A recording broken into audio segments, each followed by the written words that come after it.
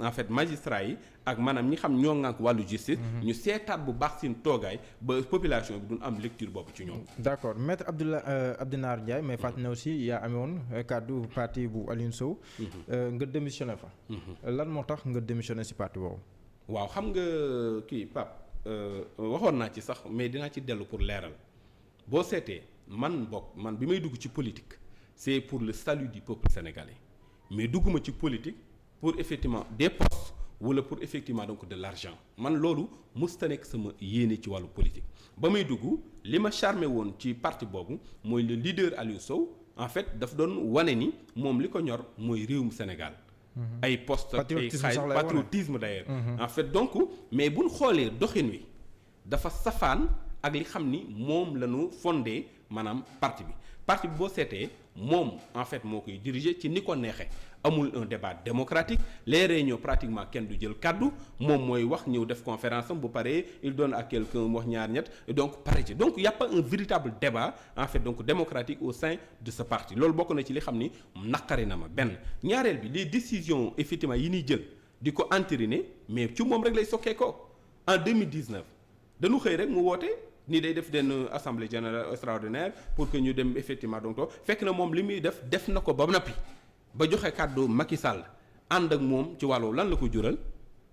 dara ñu jóge ci loolu ñu toog waxtaan ak moom ni ko ñun ñi doxin wi rafetlu wuñ ko. mu jël des engagements fermes ni effectivement day soppi doxin waaye dañu gis ni ba tey loolu mooy li fi am parce que même élection législative yi passé mais lan la def xëy rek. dem jébbal boppam Pape Diop.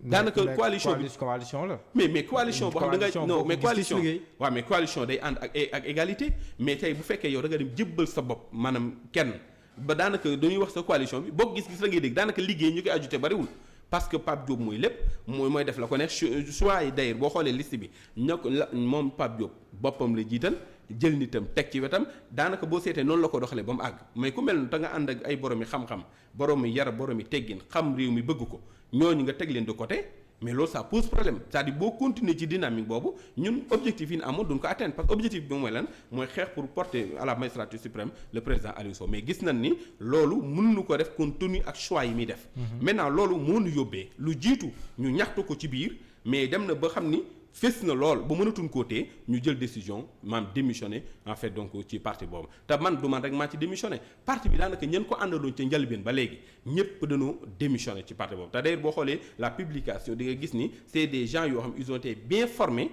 des gens effectivement disciplinés des gens également qui ont un patriotisme exemplaire donc mais loolu lépp gis nga il a foulé au pied. boo seetee loolu moo sabab ñu génn ci mais pour vous dire vrai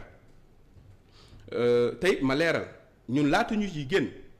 demunu ba xam ni maanaam suñuy intérêt moo nekk en jeu wala da non dañu gis ni doxin wi moo baaxul moo tax ñu soppi doxin waaye leneen walu ko man réew mi li ma ci ñor mooy mu jëm ca kanam rek. dama gis ne yéen da ngeen woote. tey ànd ak moom 13 ans nag ma leeral la ko fukki at ak ñett yoo xam ni ku ne woon na ma ci parti bu ne. pour ànd ak xanaa bi ngay nekk étudiant la ba tey. ba may nekk étudiant la man bi may nekk étudiant laa dugg ci moom. boo seetee sama jaar-jaar man jaar naa mel dirigé woon ko. au plan départemental jaar naa ci association yu bari j'étais le porte-parole également du collectif des étudiants de la faculté de droit jaar naa ci syndicat donc man def naa syndicalisme def association def politique. j'étais le porte-parole national de ce parti donc xam naa lu bari ci wàllu ni mel mais xëy na yenn considération yi sa du mu ci dugg parce que day nuru wane sa bopp te loolu taxumaa jóg. d'accord mais gis nañ yéen ngeen woote patriotisme. oui gis nañ Pastef di woote aussi patriotisme. lan moo la tere yéen la rencontre des patriotes du Sénégal. pour bañ mbir yi tasaaroo lu bari. ngeen def adhéré Pastef benn yoon. waaw xam nga maanaam loo mën di gis ànd boo mën di gis àndum nawle la war a doon xam nga tey par exemple nga xëy rek dem ci maanaam ay Pastef yu mel noonu dafay firi ni yow amoo xalaat ci réew mi man dama jàpp ni kenn ku ne ci ñun war naa fésal yéeneem ci réew mi teg ko ci loo xam ne nii maam ñëpp den gis ni. kii kat réew mi moo ko ñor. léegi ñooñu nag bu ñu demee ba xamante ba gis ni kenn ku ne réew mi rek moo la ñor nga wane loo xam ni yow dayoo la boobaa maanaam waxtaan dina mën a yomb pour réew mi. mais bu fekkee tey da nga ñëw rek sóobu ci maanaam ay parti politique mais boobaa da nga fay fekk ñoo xam ne nii nan war a tooge nen ba pare te sa gëdd du la ko jox parce que amoo benn apport ci li ñuy def donc li gën a légitime mooy nga taxawal sa mbiri bopp xeex wane effectivement un projet de société bu dëgër boo xam ne ni ay principe ak valeur républicaine moo ko fondé boobu ci loolu bu ñu gisee sa doxin du doxin yu rafetee ñi xam ne ñoo bokk doxin mën na noo dem ba mais dama gis ne convergence de vue xaw naa kaa gis patriotisme ngeen di woote. waaw non gis est-ce que xam nga ni la rencontre des patriotes du Sénégal bi may xalaat mbir mi booba maa ngi def BFM man boo xoolee ci samay note yi ma daa def bi may ne ci politique man amoon naa projection dans l'avenir pour mettre sur pied en fait un mouvement à la rencontre des patriotes du Sénégal mais li tax ma dugg ci MPD liggéey mooy la ma xalaatoon dama ko gis ci parti boobu ma dem dugg ca loola mais lu ma jàppoon mais li nga xalaat instant nii gisoo ko ci Pastef. waaw non Pastef man gis naa ni wax naa ko ci plateau dama ni Ousmane Sonko nit la koo xam ne nii tey bépp sénégalais war naa xar bakkenam ci maanaam ñu fexe ñu bañ koo nërmeel ñu bañ koo detteel xam nga tax c'est pas sa personne mais le projet qu'il porte est rassurant j'ai dit que c'est son discours est rassurant parce que li muy wax lépp boo ko seetee ci njariñu réew mi rek la ne kon ku mel noonu man dàkkuma ànd ak moom ëllëg waaye bu may ànd ak nit man ci àndum nawle lay ànd ak moom mais du ma ñëw rek sóobu dama koy wan ni ko fulla ji nga am ak fayda ji nga am naa ju ni tolluwul ju ko ëpp li nga mën naa ko wala lu ko ëpp maintenant réew mi nag mën na noo dem ba boole nu ñu àndandoo ñu liggéey pour le salut du peuple sénégalais mais man du may koo xam damay dem rek di jébbalu en fait donc ci ay mbir parce que man. non du jébbalu maanaam waaw waxin la. du jébbalu mais par exemple yéen patriotisme ngeen di woote. te xaw ngeen a méngoo ay gis-gis. am na parti boo xam ne mi ngi fi. jàpp ne ne yow si sa vision. ni nga gisee noonu leen war a yore. wàllum politique na la ko doxalee. amaana moom am na si avance si yow. waaw loolu kay boo demee ànd ak moom si loola. sa yéen rek la lay mottali. waaw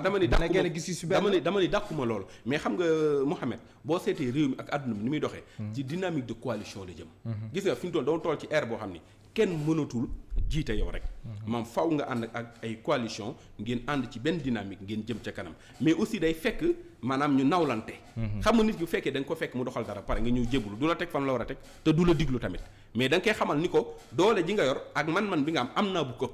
bu ko defee boo àndee ak moom dalay bàyyi xel ci xalaat ci effectivement donc bañ a juum boo gisee lu bari ñuy doxee nu leen neex c'est parce que ñi leen di topp c'est des béni oui man je ne suis pas un béni oui man je suis un homme libre d'esprit d'initiative et d'action on ne me force en rien du tout mes choix dama koy def pour le salut du peuple sénégalais mais dama ko def parce que dama bëgg a occuper une poste wala dama bëgg a effectivement donc am alal wala daal taxumaa jóg man je suis un avocat je me suis battu je suis major de promotion ci sama faculté bi ma génnee j'ai passé à la banque avant de devenir avocat kon man yooyu taxumaa jóg maanaam xaalis mënuma tax a def maanaam poste it taxuma mën a def man li ma tax a jóg rek mooy réew mi lépp lu koy jëme kanam moo tax ma ne Ousmane Sonko man bokkuma ci ñi xam ni dañuy ragal naan nan ko défendre man dama koy wax ba mu fës xoolal musuma toog ak moom xam ma ko musuma déggante ak moom ci téléphone mais damay suivre également li muy def comme ni muy suivre yeneen patriotes yi ci Sénégal mais dama ni woo Sénégalais bu ne war naa teg bakkenam ci maanaam ñu maam sa survie mooy fexe ba kenn du ko detteel ci ay pexe parce que am na ci loo xam ne ni ay pexe politique rek la parce que nit ki mi ngi dox dem ci benn dynamique arrangé wu la nga ni naa ko detteel loolu faaw nit ñi taxaw ci gar ci seen bakken waxuma moom rek mais ku mel ni par exemple Pape Djibril Fall également mais Pape Djibril Fall mais c'est un citoyen sénégalais boo xam ne nii moom son amour pour ce pays là est manifeste genre yooyu laa wax ni suñu bakken lan war a jaral pour que benn état quelles que soient effectivement les manœuvres ñu bañ leen a detteel bañ leen a daaneel parce que loolu moo nu xañ maanaam ku mel ni maanaam ki doon xëccoo ak président de la république muy Senghor muy Mamadou Dia kenn ku ne xam na ni mais nit la koo xam ne nii maanaam ay principe ak valeur républicaine rek moo feesoon ci moom yéen ji mu amoon ci Sénégal dañ koo gàllankoor pour ay pexe donc loolu il faut ñu jàng xam nga se souvenir de son passé pour mieux reconstruire sa dignité loolu la effectivement donc borom xam-xam yi jàngale faaw ñuy fàttaliku li fi xewoon ginnaaw pour xam fan lañu jëm ci kanam donc man foofu laa taxaw je ne suis pas membre du PASTEF je ne suis pas effectivement un ami de Sonko mais j'estime que du point de vue de la en fait légitimité dañ ko war a défendre pour les intérêts de ce pays waruñoo nungu comme ça ñu formater en tout cas des procédures wala dara pour nasaxal ko wala effectivement freiner sa dynamique man je ne suis pas pour je suis prêt même effectivement donc au prix de ma vie pour effectivement donc le protéger man c'est ma conviction lui Pape Djibril Fall et tout autre Sénégalais qui incarne non bokkul dama ne man damaa bañ a bokk Pastef man sama parti la man dama gëm ni sama parti bokk na ci ñi war a def des propositions concrètes et des actions concrètes pour le salut de ce peuple maintenant bu fekkee kenn ku ne am na xalaat boobu mais diversité la te diversité boobu mooy def li xam ne mooy jur njariñu réew mi mën na noo daje ëllëg incha allah dans le cadre d'une coalition ñu àndandoo pour l'intérêt de ce pays wala effectivement kenn ku ne cavalier seul mais suivant des principes et des valeurs républicaines man loolu laa gëm mais du ma koo xam ni damay jàpp ne rek dama war a ñëw sóobu ànd parce que dama am xalaat ci réew mi ku am xalaat nag ci réew mi yow li yell mooy nga wane ko ba nit ñi xam ko buñ ko xamee rafetlu ko incha allah ñu bokk xalaat mën na noo daje. d'accord maître. man ragaluma loolu man ragaluma wax ni Ousmane Sonko dañ ko war a défendre